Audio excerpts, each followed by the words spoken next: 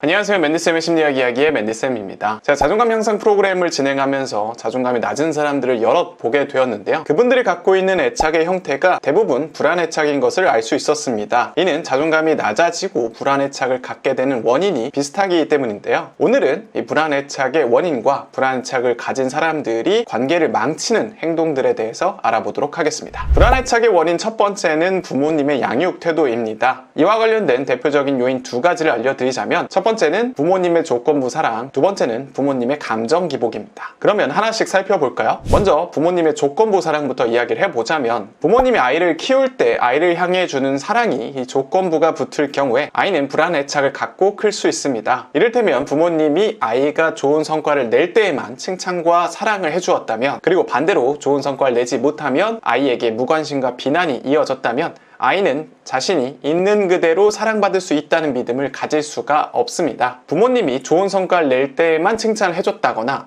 반대로 그것 없이 성과가 좋지 않을 때는 완전히 무관심만 보였다, 이 중 한 가지만 보였다 하더라도 조건부 사랑으로서 아이에게 각인될 수 있습니다. 이때 부모님이 아이에게 내거는 조건은 다양할 수 있는데요. 대표적으로는 성과, 성적, 종교, 그리고 부모님이 정한 어떤 키우기 쉬운 태도 같은 것들이 될 수가 있습니다. 조용하다거나 사람들 앞에서 리더가 돼야 한다는 등의 모습이 될 수 있겠죠. 만약에 자신이 부모님이 기대하는 모습을 보여주지 않으면 언제든 자신에게 부모님의 사랑이 끝나고 부정적인 결과가 이어질 수 있다고 강하게 믿을 수 있습니다. 이런 양육 과정에서 자란 아이는 당연히 큰 불안에 시달릴 수밖에 없습니다. 그리고 사랑을 받기 위해서, 받고 있던 사랑을 잃지 않기 위해서 부단히 노력하는 사람이 될 수밖에 없죠. 그래서 불안애착을 가진 대부분의 사람들이 보통 상대와 동등한 관계를 유지하기보다는 상대에게 맞춰주고 노력하는 모습을 보여주는 겁니다. 두 번째는 조건부 사랑과 약간 결이 다르긴 한데, 부모님이 자신의 감정을 잘 케어하지 못하고 일관적이지 못하고 긍정적 감정과 부정적 감정을 왔다 갔다 하는 경우, 즉 감정 기복이 심한 경우에도 아이의 불안애착에 큰 영향을 끼칠 수 있습니다. 부모 자신의 삶의 어려움으로 인해서 감정이 오락가락 하더라도 아이는 그 감정의 책임을 자신에게 돌릴 수가 있습니다. 부모님이 자신의 어떤 감정 기복과 관련해서 세세하게 그 이유를 얘기해 주지도 않을 뿐더러 그 부정적인 감정의 결과 자신을 향한 애정과 관심이 줄어들기 때문이죠. 종잡을 수 없는 부모님의 감정 기복 때문에 아이는 앞서와 같이 애정과 관심이 언제든 끊어질 수 있다는 불안에 시달릴 수 있습니다. 특히 감정 기복이 심한 부모님 밑에서 자란 아이는 부모님의 눈치를 많이 보면서 자라게 되는데, 이는 성인이 되어서도 친구나 연인에게도 나타날 수 있습니다. 이들은 언제든 상대방이, 특히 사랑하는 사람의 감정이 바뀔 수 있고 그것의 원인이 나일지도 모른다는 불안감을 갖고 사는 것이죠. 이때 어린 시절의 경험이 나이가 들어서도 지속적인 영향을 끼치는 이유는 부모에게 완전히 의존할 수밖에 없는 아이의 입장에서 생각해보면 이해가 쉽습니다. 아이에게 부모의 사랑은 단지 있으면 좋은 정도의 개념이 아니라 생존과 직결된 것이기 때문이죠. 실제로 부모님이 아이에게 관심과 사랑을 주지 않을 경우 아이는 제대로 먹거나 자지 못하고 그야말로 생존의 위협을 받게 될 수 있습니다. 슬프지만 아직까지도 부모가 아이를 학대하거나 아이에게 밥을 주지 않아서 사망하는 사례들이 나타나고 있으니까요. 이렇게 생명과 직결된 트라우마를 오랫동안 살면서 자주 겪은 사람이 있다고 한다면 그 기억을 쉽게 잊고 새로운 삶을 살기는 쉽지 않을 겁니다. 불안애착의 원인 두 번째로 가보겠습니다. 이 두 번째 원인은 삶에서 겪은 관계에 대한 상처 때문입니다. 부모님의 양육 태도가 불안애착의 가장 큰 요인이지만 삶에서 경험한 관계의 상처 또한 불안애착을 만들어낼 수 있습니다. 이를테면 오랫동안 믿고 의지하던 애인에게서 갑자기 헤어짐 통보를 받았다거나 상대가 바람을 폈다거나 양다리 등의 신뢰에 금이 갈 수 있는 경험을 한 경우 큰 상처를 받을 수 있고요. 이것이 충분히 잘 회복되지 않은 경우에는 불안애착으로 이어질 수 있습니다. 왜냐하면 새롭게 만나는 사람도 언제든 그렇게 배신하거나 떠날 수 있다고 생각이 들기 때문이죠. 그리고 그것이 엄청난 상처로 돌아올 거라고 예상할 수 있습니다. 이는 상대에 대한 믿음이 크면 클수록 아픔이 더 커지는 결과로 나타났겠죠. 만약 상대가 떠나면서 헤어짐의 분명한 원인을 알려주지 않았다면 그 원인을 오로지 자신의 가치 부족이나 매력 부족으로 생각할 수 있습니다. 이로 인해서 자존감이 낮아지면서 더더욱 자신을 보호하지 못하고 내면의 불안한 감정을 계속 키울 수 있습니다. 한편 관계를 망치는 불안애착을 가진 사람들의 행동들을 좀 알아보려고 하는데요. 불안애착을 가진 사람들은 말 그대로 불안을 갖고 연애를 시작하고 지속하게 됩니다. 이 불안애착에 시달리는 사람들은 이러한 불안에 대응하기 위해서 이런저런 행동을 하게 되는데요. 문제는 그런 행동으로 불안을 통제하려고 하다가 오히려 관계를 망치는데 일조한다는 것입니다. 이 파트에서는 어떤 행동들이 관계를 망치는지 알아볼게요. 첫 번째는 끊임없이 붙어 있으려는 모습을 보인다는 겁니다. 불안애착에 시달리는 사람들은 함께하는 시간을 지나치게 중시하곤 합니다. 상대가 나에 대해서 사랑해주고 인정해주는 좋은 기쁨 때문이기도 하지만 실상은 상대가 없을 때 느끼는 불안을 없애기 때문입니다. 마치 신생아 아기처럼 엄마 아빠가 없으면 극심한 불안을 느끼기 때문에 보호자를 계속 찾는 것이죠. 하지만 이렇게 계속 함께하는 시간은 초반에는 양쪽 모두 즐겁고 행복하지만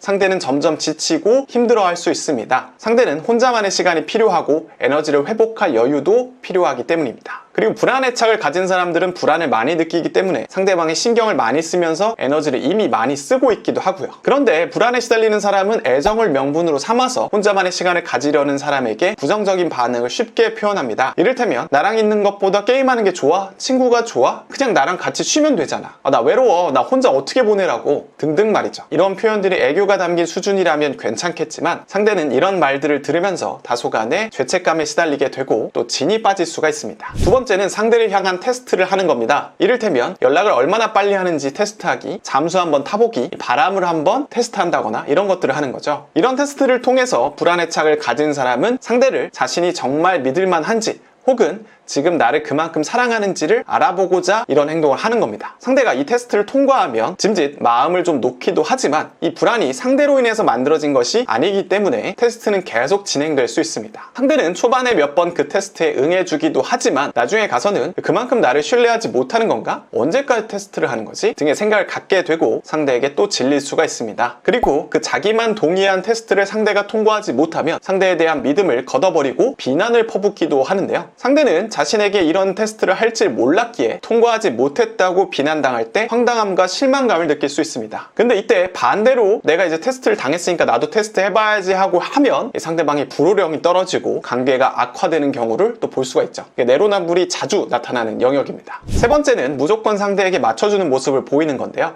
좋은 관계란 스스로를 존중하고 상대도 존중하는 것이지만 언제든 애정이 끝날 수 있다고 믿는 사람들 중에 대부분은 상대방만을 존중하는 모습을 보여줍니다. 그래서 자신이 원치 않음에도 상대가 원하는 것을 다 맞춰주려고 하는데요. 여기에는 데이트 시간, 스킨십의 정도, 데이트 방식, 감정 쓰레기통의 역할, 이런 모든 것들을 상대방을 위해서 맞춰주는 모습을 보여줄 수 있습니다. 이에 대해서 상대방이 고마워하고 감사해하고 그만큼 다시 돌려준다면 다행이지만 그렇지 않은 사람들도 세상에 많이 존재합니다. 만약에 이러한 불안애착의 맹점을 이용하는 사람을 만날 경우에 관계는 끔찍해질 수 있습니다. 불안애착을 갖고 있는 사람들은 자그마한 관심과 애정에도 큰 만족을 느끼는데 상대가 이를 알아채고 거의 대부분은 자신의 이득을 챙기면서 조금씩만 상대방을 챙겨주고 균형이 안 맞는 관계를 유지할 수 있습니다. 불안애착을 가진 사람들은 관계는 끊기지 않고 이어지긴 하지만 자존감은 계속 떨어지고 애정도 충분히 채워지지 않으면서 지칠 수가 있습니다. 실상 연애 상대에게 자신이 주는 것만큼은 달라고 요구해야 하지만 늘 불안에 시달리는 이들은 솔직하게 자신의 감정과 욕구를 전달하지 못합니다. 그랬다가 상대가 날 싫어하거나 부정적으로 볼 수 있으니까요. 이럴 때 상대방이 가스라이팅까지 하는 사람이다? 관계는 걷잡을 수 없을 만큼 최악으로 치닫을 수 있습니다. 그럼에도 불구하고 그나마 사랑해주던 사람과 멀어질 수 없어서 관계를 유지하면서 멘탈은 계속 나빠질 수 있습니다. 네 번째는 연애 상대에 대한 강박적인 통제인데요. 3번과는 전혀 결이 다른데 3번은 자신이 맞추면서 상대방의 어떤 관심과 고마움을 유발해가지고 관계를 유지하려고 한다면 이 강박적인 통제를 하는 사람은 상대방의 일거수일투족에 대해서 부정적으로 평가하고 가스라이팅 하는 모습들을 보이는 것이라고 할 수 있습니다. 이 3번과 4번은 개인의 기질과 상황에 따라서 달라질 수가 있는데요. 어쨌든 그 근원은 불안을 통제하기 위해서라는 것을 아시면 됩니다. 지금까지 불안애착의 핵심 원인 두 가지를 알아보고 불안애착을 겪고 있는 사람들이 관계를 망치는 대표적인 모습들에 대해서 알아봤는데요. 그렇다면 어떻게 이러한 불안애착에서 벗어날 수 있을까요? 아마 여러분들은 불안애착의 원인과 불안애착을 가진 사람들의 특징에 대해서는 여러 루트로 알고 계실지도 모릅니다. 하지만 이에 대한 구체적인 해결책에 대해서는 상대적으로 잘 모를 거라고 생각을 하는데요. 어쩌면 외모를 가꾸라거나 유혹의 기술을 배우고 상대에 대한 관심을 분산시켜라 등의 거의 의미 없는 조언들만 받았을지도 모릅니다. 그래서 제가 이번에 12월 5일 저녁 9시에 웨비나를 준비했습니다. 웨비나의 제목은 불안애착에서 벗어나 안정애착이 되는 법입니다. 이번에 열리는 웨비나에서는 여러분들이 가진 불안애착의 원인과 이에 대한 해결 방향, 즉 안정애착이 되는 방법에 대해서 다루게 되는데요. 이 웨비나는 1시간에서 1시간 반 정도 진행되게 될 거고요. 불안애착의 핵심 원인에 대해서 좀 더 자세하게 이야기를 하고 불안애착에서 벗어나서 안정애착을 얻는 5가지 방법에 대해서 알려드릴 예정입니다. 끝으로 제가 이번에 신설하게 된 불안애착 상담에 대해서 소개하고 특별 프로모 프로모션에 대한 소개도 있으니까 많은 참여 바랍니다. 이 웨비나는 불안애착으로 연애가 힘든 분, 그리고 불안애착에서 벗어나서 안정애착이 되는 방법에 대해서 알고 싶은 분과 제 프로그램에 대해서 궁금하거나 이 프로모션을 통해서 제 프로그램을 구매하고 싶은 분들이 참여해 주시기 바랍니다. 이 웨비나는 영상의 설명란과 고정 댓글에 링크를 통해서 신청이 가능합니다. 불안애착으로 힘들어하는 분들의 많은 관심과 참여 바랍니다. 네, 오늘의 영상 여기까지입니다. 오늘 영상이 마음에 드셨다면 좋아요와 구독 그리고 알람 설정까지 해주세요. 그러면 웨비나에서 더 자세한 내용으로 찾아뵙도록 하겠습니다. 그럼 안녕!